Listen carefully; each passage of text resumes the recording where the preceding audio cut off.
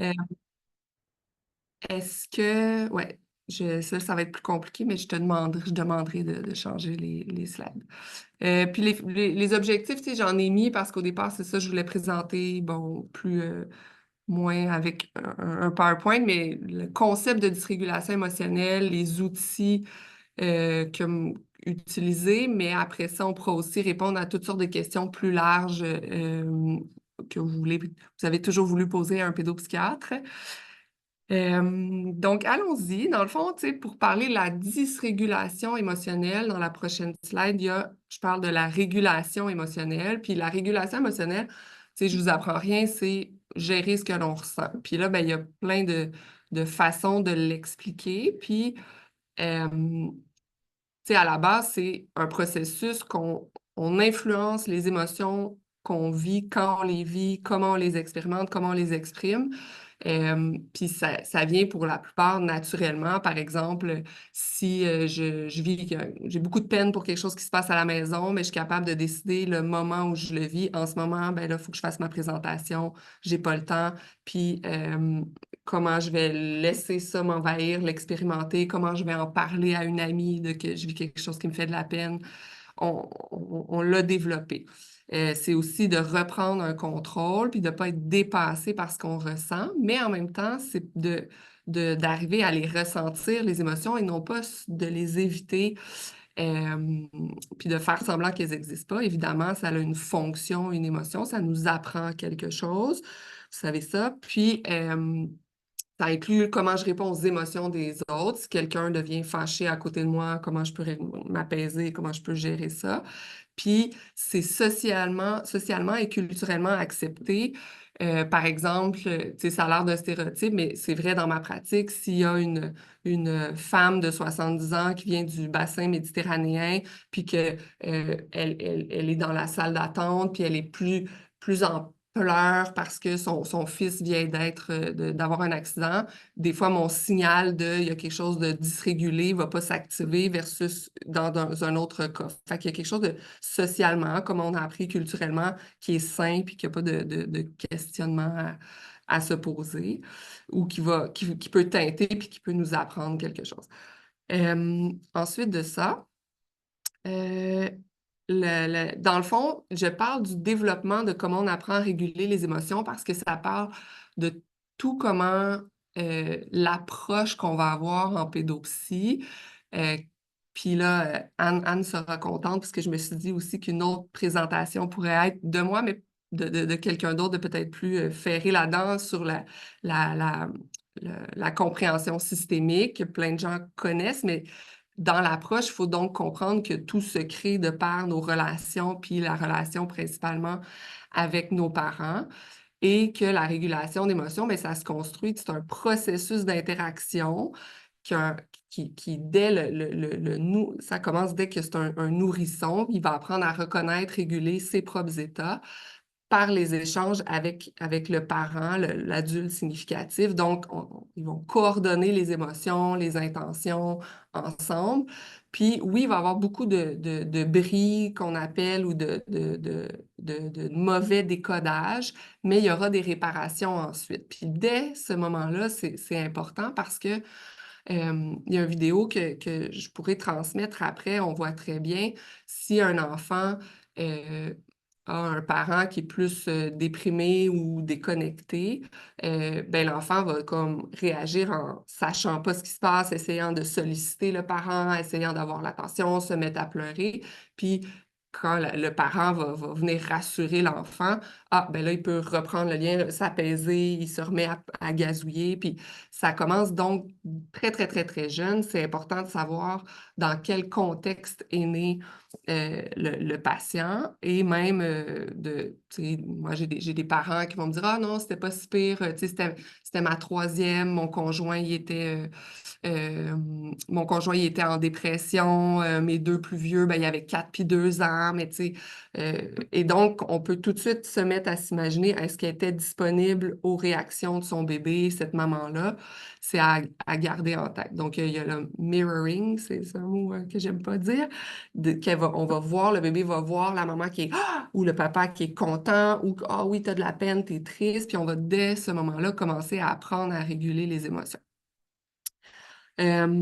Ensuite de ça, le développement émotionnel et social, la même chose, ça réfère aussi à un concept que c'est pas tous les patients, les humains en général qui peuvent faire, qui est avoir du mind-mindedness, c'est d'avoir en tête que l'autre personne a aussi une pensée, un mind, et dès que le bébé est là, dès qu'un parent interagit avec son bébé ou que le bébé il a donc une émotion, il va se dire, ben, est-ce que mon bébé il est triste? Qu'est-ce qui se passe? Est-ce qu'il a faim? Plutôt que juste, ah, mon bébé est encore en train de chialer, puis de chier, puis de pleurer. Puis plus un parent peut se mettre dans la peau, puis avoir une conscience que son bébé a lui aussi une pensée, ça va être meilleur pour la sécurité, l'attachement, mais aussi l'enfant plus vieux va mieux décoder les états mentaux des autres. Ensuite, donc, on arrive à pouvoir mentaliser, là, se préoccuper de nos états mentaux, des états mentaux des autres, de l'impact de ceux-ci sur les émotions, les comportements, à travers les interactions qu'on a avec l'adulte, le parent. Par exemple, si on prend le parent, pardon, qui décode un bébé qui pleure. Puis c'est tout là les concepts de mirroring du bébé avec la maman. Euh, Avant, c'est Winnicott là, qui dit que le précurseur d'un miroir, c'est comment notre parent a joué ce rôle-là du miroir pour nous. C'est le visage de la mère, dans le fond, ou du parent, là, plutôt. Et donc, si on prend l'exemple du parent qui voit son bébé qui pleure, dans la slide suivante, le parent va commencer par prendre le bébé. Puis là, nos patients, ben, tout de suite, on peut faire des hypothèses. Si le parent ne prend pas le bébé ne peut ne pas se sentir en sécurité. Coudon, il n'y a rien qui se passe, je suis en danger, je ne suis pas bien, je ne sais pas ce qui va se passer. Après ça, un parent tenterait de consoler, rassurer, puis chercher à comprendre la cause de l'inconfort. Et donc, il va contenir l'expérience émotionnelle, il va être soucieux de se dire, mon Dieu, mon enfant n'est pas bien, il faut que je sois là pour comme prendre cette émotion-là, puis en faire quelque chose, puis accueillir qu'est-ce que vit mon enfant. Puis déjà là, s'il y a des parents qui prennent le bébé parce que c'est ça qu'il faut faire, mais ne sont pas préoccupés vraiment de rassurer, déjà, ça peut clocher en termes de développer les propres capacités du bébé. Puis après ça, on va aussi partir de notre propre expérience et de l'expérience que le bébé évoque en nous pour gérer ce bébé-là qui pleure. Et donc, si moi, j'ai une pensée un peu pas parano, mais une pensée où les gens sont contre moi, tu sais, tout le monde fait toujours des choses exprès pour me déranger, ben coudon, il fait encore ça pour ça, ce bébé-là, il me dérange. Et donc, d'emblée, ça a l'air fou, mais j'en parle parce que ça part de loin, loin, loin, comment nos patients arrivent à se réguler ou non. Après ça, donc, ben, ça, c'est la fin, dans le fond. Tu sais, ce que le parent a fait en prenant le bébé, ben, il va représenter au bébé ce qu'il a décodé. Ah oui, c'est ça, tu as de la peine, ta couche était pleine. Puis là, le bébé va commencer à apprendre à nommer, puis à comprendre, puis à se réguler en fonction de ce qui se passe, puis parce que le parent a bien pris soin de cette émotion-là. Évidemment, ça n'a pas besoin d'être parfait. C'est un concept de good enough là, dans la slide suivante. C'est pardon, enrhumé. Good enough, c'est on va être empathique, on va essayer de s'en occuper, puis quand ça ne fonctionne pas, on va réparer, mais en général, on essaie de réguler, de nous réguler l'émotion de notre enfant, puis il va se construire lui-même des capacités de régulation, puis évidemment, un attachement sécure à ce moment-là. Là, on pourra euh, y revenir au besoin. Euh, Puis les prochaines slides, c'est juste tu sais, le bébé, le parent, son rôle, il va organiser, contenir l'expérience du bébé. Euh, Ensuite de ça, il va aider l'enfant à réguler ses émotions. Puis plus l'enfant vieillit, le parent fait la job de le réguler. L'enfant développe les outils pour lui-même le faire. Puis ensuite de ça, l'enfant peut le faire lui-même dans certaines situations, puis dans la plupart des situations, on l'espère. Et donc, c'est aussi des... C'est ma collègue là, qui fait qui donne un cours sur la pédopsychiatrie des tout-petits puis l'attachement. Donc, tu sais, un enfant va être stressé, l'enfant pleure, il explose, il y a une grosse émotion. Le parent va évidemment ressentir lui aussi une réaction de stress, d'inconfort face à cette émotion-là que son enfant vit et pas bien.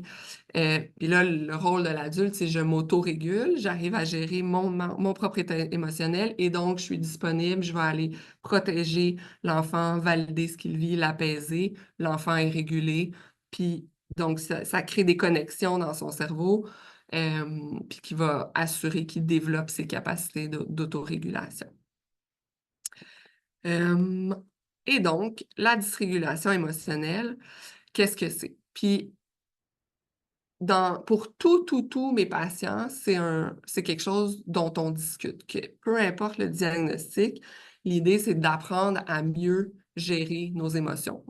Euh, une dysrégulation émotionnelle, là, tu sais, ça se trouve sur Internet, mais c'est une réponse pas aidante, pas utile. C'est souvent des réactions très intenses, mais c'est donc disproportionné à ce que la personne vit, vous le savez, inapproprié au contexte. Ça peut être aussi de l'évitement très sévère, là. C'est pas obligé d'être euh, juste dans l'intensité extériorisée. Souvent, ça va changer rapidement, ça va être un petit quelque chose peut le déclencher, mais ça peut aussi disparaître rapidement. Puis moi, ce que je dis aux patients, c'est que dans le fond, tu n'as pas les outils pour bien gérer tes émotions, puis tu les subis, puis tu en es envahi. Fait que moi, ce que je souhaite pour toi, c'est qu'on développe des façons que tu puisses les gérer davantage, puis qu'on te donne des outils. Puis ça, c'est notre job à nous. C'était pas à toi de deviner comment on fait. C'est ma job de t'aider à comment on va mieux gérer ce que tu traverses. Euh, et donc, d'où ça vient? C'est aussi, puisque je vous ai parlé de comment on apprend à réguler, c'est donc aussi en lien avec la relation parent-enfant.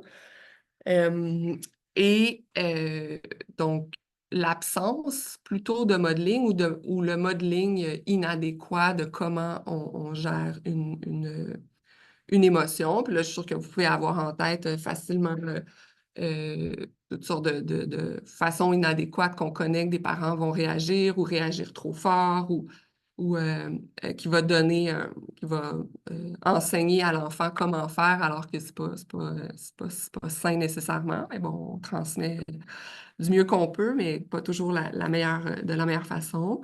Euh, Puis aussi, ben, après, si l'enfant moi, je dis l'enfant, là, mais évidemment, c'est la même chose que le jeune ait 22 ans ou 12, là, dans un environnement de négligence où il y a du trauma à répétition. L'enfant, il n'est pas disponible à ce moment-là, hein. Il est pris à gérer tout le temps le trauma ou les conflits ou être dans un environnement qui ne permet pas les apprentissages et de franchir des étapes où on teste comment on régule nos émotions, hein. Ça sert à ça, l'enfance, l'adolescence. On développe, on teste, hein. Je régule mon émotion en criant après mon ami. Ça n'a pas passé. J'apprends que c'était pas la bonne façon. Je processe ça, puis la prochaine fois, je ne crierai pas après. Quand on est dans un environnement où on est pris par des stresseurs plus majeurs, on n'a pas la disponibilité pour faire ça.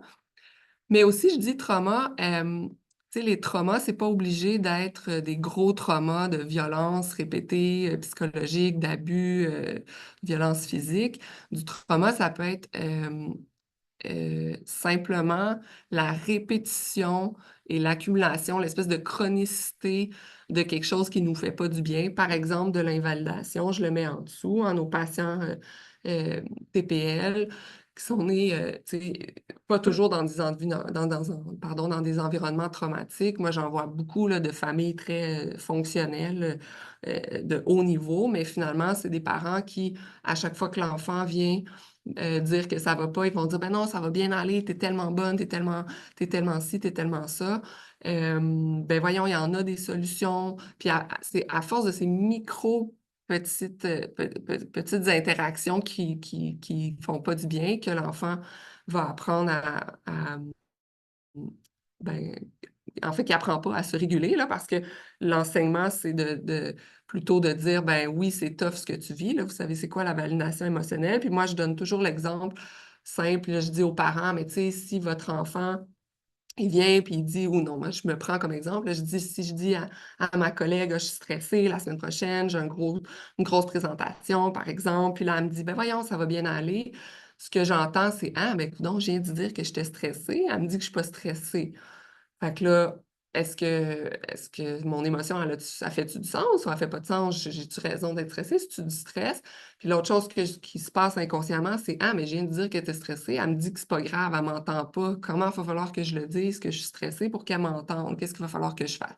Puis la famille catch dans ce temps-là, puis là, ils me disent, ben là, je suis pas pour dire qu'elle va couler son examen, qu'elle est poche. Puis là, je dis, ben non, c'est pas ça qu'il faut vous dire, mais c'est moi qui le dis. Je dis, évidemment, vous dites pas qu'elle est poche puis elle va couler, mais on peut juste dire, ah ben, crime, c'est sûr que c'est stressant si tu vas couler ton examen. Si tu penses que tu vas couler ton examen, c'est sûr que c'est stressant si tu trouves que t'es poche.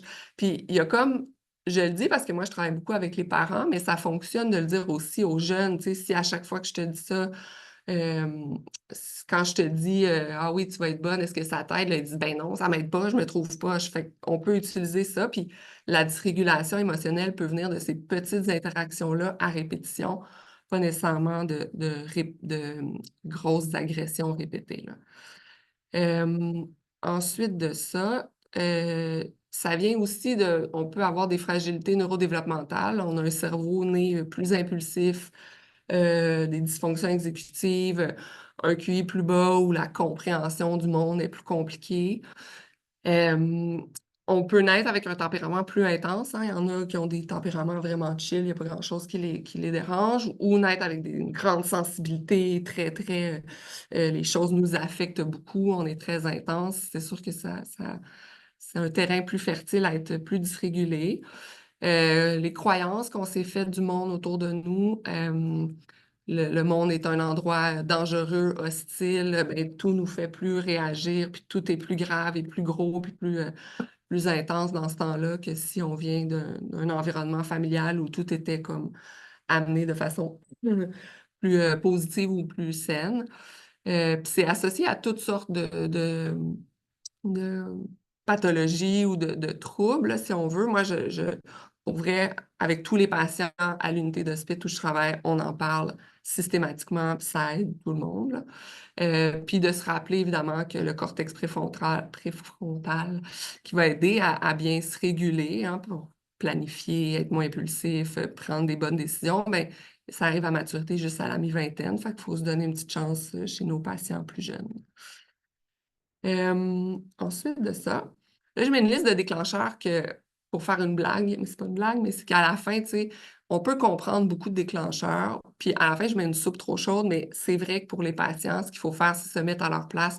Si l'idée, c'est, je suis un grand sensible, je suis sensible dans mes sensations physiques, j'ai pas appris à réguler mes émotions, j'ai l'impression que les gens sont contre moi, puis qui ont fait exprès de ne pas me dire que la soupe était trop chaude, évidemment, ça va me faire péter une coche. Puis pour nous, c'est comme, ben ça vient d'où? Des fois, on cherche trop loin, ça vient vraiment de la patente, vraiment qui a l'air inoffensive.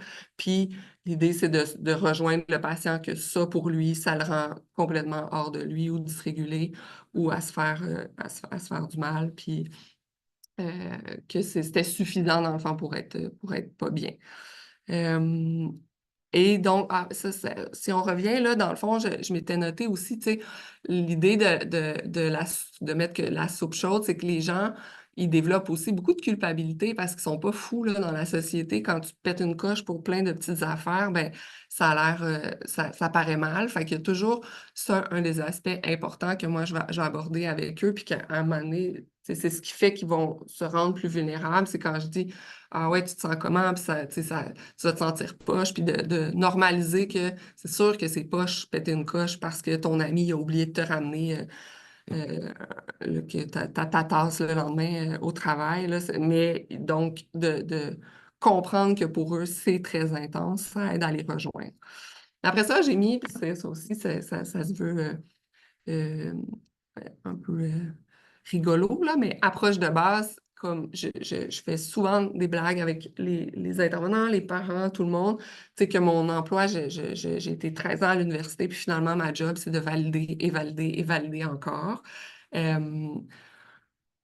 Dans le fond, oui, je vais expliquer, on va expliquer, tu sais, c'est normal. Puis l'explication, je pars, c'est pour ça que je parlais de d'où vient la dysrégulation émotionnelle et je vais partir de, ben c'est normal, tu sais, dans le fond, toi, quand tu étais supposé apprendre à réguler tes émotions, ben tes parents, ils étaient coincés à chicaner tout le temps ou ta mère, elle avait deux jobs ou, puis là, c'est pas la faute à personne, mais dans le fond, ça vient de quelque part, tu sais, t'es né très sensible, puis en plus de ça, ben ton père, ben, il pétait toujours des coches, tu sais, ça nous enseigne pas comment bien gérer. Après ça, je normalise beaucoup en disant, ben, c'est normal, donc, t'as pas d'outils, tu sais, t'étais occupé à gérer, je sais pas, là, n'importe quoi, un des parents en prison, t'étais occupé à traverser telle chose.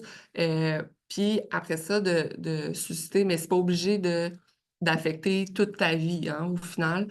Puis là, c'est des approches euh, tu sais, qui ont l'air simples, mais ça, c'est ce qui fait, ce petit bout-là, là, c'est ce qui fait que dans mon boulot que je vais arriver à être en lien avec tous les patients. Tu sais, quand on valide pas, quand à l'unité, on trouve que, coudonc, le patient, il nous laisse pas l'aider, comme c'est rajouter des couches de validation que c'est étoffe, qui n'est pas compris, que les gens ils entendent pas à quel point c'est difficile, c'est souffrant, ça va toujours, toujours, comme à date, mais j'ai une jeune carrière, là, mais ça fait quand même, tu sais, plus de 10 ans que je fais juste 12 ans que je fais juste de la psy, puis ça fonctionne. Puis après, je sais que moi, je travaille avec des jeunes, puis c'est plus facile que à 40 ans, ça fonctionne moins bien, là, mais là, on est dans le trouble concomitant jeunesse, fait que ça m'aide de vous parler de ça.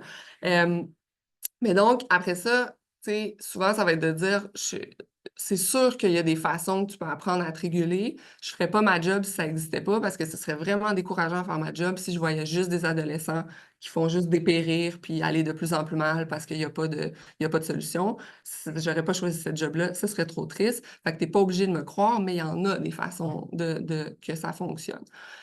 Par contre, moi, je peux faire un bout, je peux t'accompagner, mais dans le fond, oui, ce que tu as vécu, c'est poche. Tu n'as pas appris à te régulariser, mais après ça, il n'y a pas d'autre façon que toi, tu le fasses. Puis là, c'est là où je vais valider. C'est tough, ça va être vraiment difficile, puis, mais ça se fait. Mm. Puis après ça, un truc aussi, je leur reflète beaucoup. Dans le fond, ça coûte cher en effort, apprendre des nouveaux outils, tu sais, apprendre des nouveaux outils quand... Puis je le fais beaucoup avec la consommation aussi, là. Tu sais, oui, tu fumes ton joint le soir, puis je sais pas, tu consommes telle affaire quand ça va pas, puis ça coûterait cher d'essayer de changer ça. Puis en même temps, je leur reflète, mais est-ce que tu as vraiment beaucoup plus d'énergie en allant mal? Tu sais, tu peux rester dans ta situation où ça va mal, c'est correct. Tu sais, moi, je peux pas te forcer à essayer d'aller mieux. Effectivement, essayer d'aller mieux, ça coûte cher, ça prend de l'énergie. Puis là, il y a beaucoup d'autres raisons pourquoi ne pas aller mieux, là, parce qu'on sera plus entendu, parce que les gens vont moins prendre soin de nous, mais entre autres, ça coûte cher. Puis après ça, ben, ça coûte cher aussi aller mal, de toute évidence, tu vas pas bien, puis tu es fatigué, puis fait, tu sais, je le place un peu comme ça. Et là, après ça, c'est mon dessin de base, vraiment simple. Tout ce que j'utilise là, tu sais, c'est des outils que j'ai rien inventé, c'est tous des outils, des outils DBT, ça se trouve en ligne, fait que c'est rien de sorcier. Mais je vais commencer, puis ça parle énormément aux parents, surtout aux familles, aux jeunes pour comprendre pourquoi ils réagissent comme ils réagissent. Puis là, là, au départ, je fais ce bout de graphique-là. Puis là, je commence en demandant, ah, puis tu sais, toi, ah non, je fais le dessin. Puis là, je dis, euh, ça peut être n'importe quoi la détresse. Ça peut être quand tu es stressé pour un examen, comme ça peut être comme je suis triste parce que mon amie elle a parlé dans mon dos, tout comme ça peut être n'importe quoi. Ça peut être je suis en colère parce que, encore une fois, je sais pas, mon grand frère m'a oublié, là, peu importe. Euh, le niveau de détresse, peu importe d'où vient la détresse. Puis là, je dis, puis toi, tu sais, ton niveau de détresse dans la vie, mettons au quotidien, ça ressemble à quoi? Genre 6, 7 sur 10. Puis là, j'en mets vraiment beaucoup. Puis là, ils disent, Il y en a qui vont dire, ah non, des fois c'est à 3, puis il y en a qui vont dire, ah non, moi c'est 8, puis peu importe c'est quoi. L'idée, c'est que ils ont de la détresse au quotidien. Puis après, je dis, mais quand il y a une crise, là, c'est à 10 sur 10. 10, c'est le pire que tu as jamais vécu. Le corps explose. Puis là, tu es à 10 sur 10. Puis là, je dis dans ces moments-là, t'es pas fou, t'es pas folle. N'importe qui, on veut sortir de cette affaire-là. C'est complètement inconfortable. Et donc, à ce moment-là, tu veux que ça arrête le 10 sur 10. Puis là, l'autre diapo, fait que là, je fais la petite flèche qui descend, puis je dis, mais donc, les gens sont pas fous, ils veulent que ça arrête, puis utilisent les outils qu'ils connaissent. Fait que si toi, ce que tu connais, c'est tu t'automutiles ou encore tu consommes, ben, ça a l'air d'être efficace. Puis effectivement, sur le court terme, des fois, ça soulage. Mais à long terme, si c'était vraiment prouvé que c'était efficace, l'automutilation, la science l'aurait prouvé, puis moi, je le suggérais à mes patients. Mais de toute évidence, depuis que tu consommes pour gérer ton émotion, ça n'a pas marché parce qu'on se retrouve ici, puis tu ne vas pas nécessairement mieux. Ou depuis que tu t'automutiles, tu ne vas pas nécessairement mieux. Mais je suis d'accord avec toi, ça soulage sur le coup. Par contre, quand tu vis dans une crise et que tu es dysrégulé complètement, c'est le cerveau souvent comme, je veux dire, reptilien ou qui agit puis qui veut sortir de là. Puis dans le fond, tu as une job que je vais te donner, c'est d'essayer de ne pas rendre les choses pires. Puis là, l'idée, c'est que tu rends pas, ne pas rendre les choses pires. Fait que quand tu t'automutiles, ben, ça fait des lésions, ben, on n'est pas fiers, ça n'a pas marché.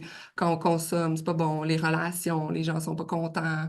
Fait que ça rend ça un peu pire. Fait que dans le fond, ce qu'il faut apprendre, c'est à traverser cette espèce de crise-là, le 10 sur 10. Puis la réalité, c'est que tu peux pas rester en crise 10 sur 10. La preuve, c'est que là, tu es avec moi, tu n'es pas à 10 sur 10. Tu l'as été quand hier ou il y a une semaine, mais ça finit par passer. Le corps ne peut pas tolérer d'être en crise 10 sur 10. On l'a tous été, mais le corps sort de la manée. Le prochain diapo, puis là, je dis, c'est pour ça qu'on fait un filet de sécurité.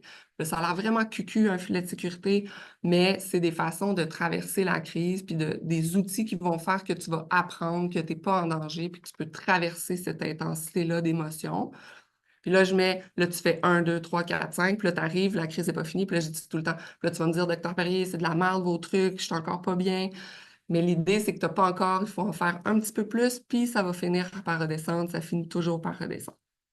Fait que ça, c'est comme vraiment basic, mais ça aide à comme dire, t'es pas fou, c'est juste que tu as appris à soulager. Puis plus tu vas apprendre à soulager, là, je fais une autre courbe aussi, tu sais, que le corps apprend comme l'exposition à l'anxiété. La prochaine, des fois, est moins pire. Puis dans ta vie, tu ne seras pas toujours obligé d'avoir des 10 sur 10. Le corps va apprendre que tu peux, ton 10 sur 10, c'est maintenant ton 8 d'avant, puis on peut apprendre de ça. Et là, l'idée, le filet de sécurité, en dessous de ça, c'est de dire c'est tous les outils de gestion émotionnelle qu'il y a en dessous. Et là, je ne vous ai pas fait quelque chose d'exhaustif, ça se trouve en ligne, puis c'est tous les outils DBT, peu importe, là, dans le fond, c'est, tu sais, ici, ce qu'on va faire à l'unité, ça va être comme tu vas prendre une marche, tu prends un bain chaud, qu'est-ce que tu fais? Tu écoutes ton film d'enfance préféré, tu appelles ton ami, tu appelles tel jeune. Puis là, on met tous les outils possibles. Puis, ils vont dire, oui, mais ça marche pas. Puis là, mais en fait, je leur dis plus, si je te dis, mets de la respiration, tu vas me dire, hey, ta maudite respiration, genre, c'est n'importe quoi, là, ça n'a jamais marché. Puis, effectivement, ça marche pas au début. Puis, on va trouver d'autres outils, la glace, l'élastique, d'autres affaires qui font du bien, faire 3 tours de bloc. Mais à un certain moment, ça va finir par marcher. Puis là, je leur explique que c'est comme quand il y a une grosse bordée de neige. Si je te dis on veut se rendre au point Z, puis que le chemin A il est bien tapé, tu vas reprendre le chemin A parce que c'est plus facile, c'est plus accessible. Puis si à un moment donné, je te dis, ah, le chemin B, par contre, il y a des plus belles vues sur le chemin B, ça vaut la peine, mais il y a il y a un 3 pieds de neige, tu sais. Fait que là, tu le prends, puis t'es comme, Christy, c'est dommage difficile, ce chemin-là, c'est dommage de la merde, je l'aime pas. Fait que tu retournes au chemin A. Puis là, à force de prendre le chemin B, il est un peu plus tapé. Puis à un moment donné, il va être bien tapé, tu vas te rendre compte, crime, ça vaut la peine, c'est plus beau, puis c'est plus facile, puis c'est efficace. Par contre, quand on est fatigué, ça se peut qu'on retourne au chemin A, c'est comme un go-to, ça vient tout seul. Euh, et après ça, ben, c'est juste cette fois-là, j'ai pris le chemin A, mais je peux retourner au chemin B une prochaine fois. Fait que là, c'est aussi un exemple pour montrer que, comme ça se peut, là, on est humain, puis moi, je parle beaucoup de moi pour comme C'est-à-dire qu'on fait tous partie de cette affaire-là, d'avoir des outils malsains des fois. Et donc, il faut pratiquer, pratiquer, pratiquer pour que les circuits neuronaux se fassent, puis à un certain moment, le chemin B est bien tracé, puis ça vient plus tout seul. Mais c'est vrai que c'est de la merde au début, puis que ça paraîtra jamais aussi efficace que consommer ou s'automutiler, ou peu importe l'outil qu'ils utilisent, là. Puis là, j'ai vraiment clenché parce que j'étais stressée, puis j'ai parlé vraiment vite, mais on parlera après de tout ça, puis des questions. Puis, tu sais, il y a ça. Après, dans le fond, ce que je dis, c'est qu'il faut pratiquer, pratiquer, pratiquer. Puis là, on fait un beau filet de sécurité, puis il y a plein d'autres outils, mais l'idée, c'est qu'on va à la maison, puis on pratique. T'as-tu essayé? Ça n'a pas marché. Ah, pourquoi ça n'a pas marché? Ben, parce que quand j'ai essayé, mon chum m'a dit, sinon, ben, niaiseux. Ah, OK, on en parle, puis on fait venir le chum pour comme comprendre ensemble. Puis fait que c'est des outils qui ont l'air très basiques, mais finalement, ça influence beaucoup de sphères si on l'applique ensemble puis qu'ils embarquent dans ça, là. Nous, c'est sûr que j'ai c'est facile à dire parce que c'est des ados, ils sont petits, les parents sont impliqués, puis je suis le médecin, puis ça a le pouvoir de dire, ben, tu peux pas partir d'ici tant que je sais pas que tu as pratiqué ton filet de sécurité. Mais ça s'applique pas juste aux idées suicidaires, ça s'applique à beaucoup, beaucoup, ça s'applique à tout, là. On l'utilise pour nos patients psychotiques, on l'utilise pour tout. Puis après ça, après, on pourra répondre à vos... Ah non, mais la dernière slide, c'est pour répondre... je pourrais répondre aussi aux 2, 3 questions que les gens ont posées, mais je voulais quand même dire que comme pédopsychiatre, évidemment, tu sais, j'utilise la médication, j'utilise plein de choses, mais mes outils pédopsy favoris, ça reste la validation émotionnelle, l'approche systémique de... On ne peut pas comprendre un humain sans dans quel environnement il a grandi, l'impact que ça a eu sur lui, puis c'est ce qui est le plus validant pour les patients, tous les ados qu'on voit ici, c'est qu'on arrive à dire hey, ça doit être chiant quand ton père ou ta mère a fait ça, hey, ça a dû avoir un impact quand il n'a pas pris le temps de telle affaire, puis quand de faire comprendre qu'on n'est pas fou, on réagit à des choses qui se passent dans notre milieu. Ça, c'est mon outil favori. Puis je donne beaucoup l'exemple des engrenages. Puis, si un parent dit, ben c'est toi le problème, tu veux changer, mais t'es pris, on est tous ensemble, puis on veut que lui, il bouge, bien évidemment que celui du dessus doit bouger. Puis c'est plus simple à comprendre quand on fait l'idée de l'engrenage. Là, tout le monde s'imbrique un dans l'autre, mais c'est mon autre outil préféré en pédopsie. Après ça, la psychothérapie, on est notre propre outil. Puis moi, c'est une des choses dans notre équipe ici qu'on va promouvoir beaucoup, c'est de se questionner sur ce que me fait vivre mon patient, pourquoi il me fait réagir. Le patient opposant, moi, il ne me dérange pas. Le patient passif, il mérite en tabarnouche. Pourquoi ça me dérange, puis en quoi j'impacte aussi mon patient de par mon histoire. Puis aussi pour l'humilité, parce qu'après beaucoup d'années de thérapie, moi, évidemment, j'ai un parti pris, je suis biaisée, j'y crois pour tout le monde, mais un aspect important, c'est l'humilité que, comme ma psy, elle peut me faire voir un truc que je suis comme aïe, aïe, tu sais, je dis toujours ça à mes patients, puis moi-même, je ne l'ai pas vu, puis ou, tu sais, j'essaie d'appliquer un truc, puis 2 ans plus tard, je suis comme Caroline, je suis encore pognée là-dedans, puis nous, on demande à nos patients, tu sais, veuillez changer rapidement, s'il vous plaît, ça me ferait du bien, mais c'est tough en maudit changer.